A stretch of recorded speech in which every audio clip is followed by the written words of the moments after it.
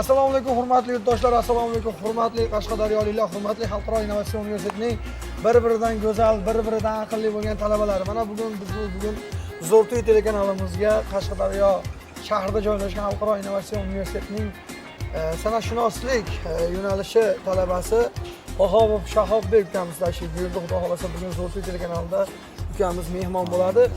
Ayni vaqtlarda ukamizni qo'shig'ini eshitib chaqirtirdik. Jonli ijroda yosh iste'dod egasi qo'llab-quvvatlab turasizlar va albatta shu Xalqaro innovatsion universitetining talabalari ham hammasini mana shu Zo'rto'y telekanalida birma-bir ko'rishni Xudo xolasa yaxshi niyat qilib tilab qolamiz. Sog' bo'linglar, salomat bo'linglar, ijod qilishdan to'xtamanglar, o'zingizlarning ustingizda ko'proq ishlanglar.